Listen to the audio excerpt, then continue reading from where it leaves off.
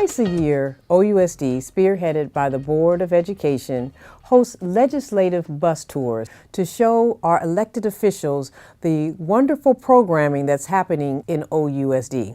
On this legislative tour, we visited school sites that have been funded by the voter-approved bond and remodeled in certain areas, but have the special programming of the newcomer programs at each of the sites.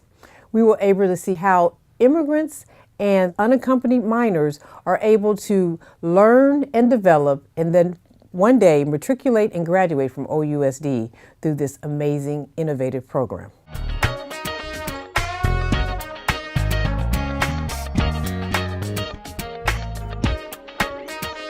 Almost all of our buildings that were built in the 70s have horrible air systems, and we have spent hundreds of millions of dollars replacing air systems at Oakland High, at this school, at Emerson, at all the pod schools.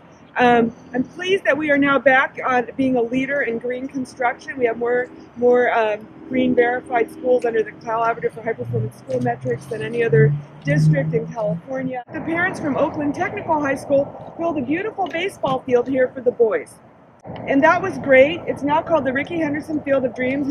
There's a little flag back there because Rickey went to Washington, which is now Sankofa, and he went to Carter Middle School right here, and he went to Tech. Oakland Unified vision, every student thrives, wants students to find joy in their academic experiences, graduating with the skills to ensure they are caring, competent, fully informed critical thinkers who are prepared for college, career, and community success. That is an important vision because Oakland is one of the most diverse districts in the country. And when you think about that diversity, it's important, and you're going to get an opportunity to visit other sites where that diversity will be reflected. And so a lot of times people will think about this, the racial and ethnic diversity, but also think about language. That there are a number of different languages spoken and that represented here in this school, but throughout the entire city. What I'm really proud to say is we were able to do some very innovative, cool things that are different with kids in a traditional district environment and really didn't have to go to a charter school route to do something new and different. And so I want to preface that. And what was new and different is typically students took ELD in most schools, and it was the ELD teacher's job to teach English. And it was at the secondary level, it was the history teacher's job to teach history and the math teacher's job to teach math. And what Internationals does is says, no.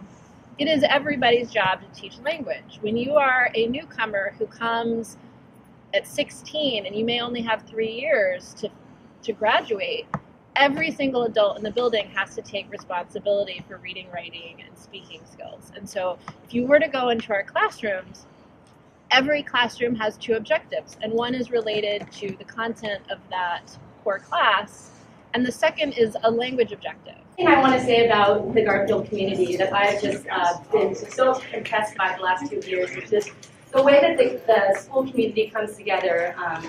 The administration, staff, families, they really value the community input and engagement here, and that is demonstrated with everything from the literacy nights that I've come to that are translated into, I'm not even sure how many languages, but they do a lot of work to make sure that their family literacy nights are welcoming and engaging to all the diverse families here at the school.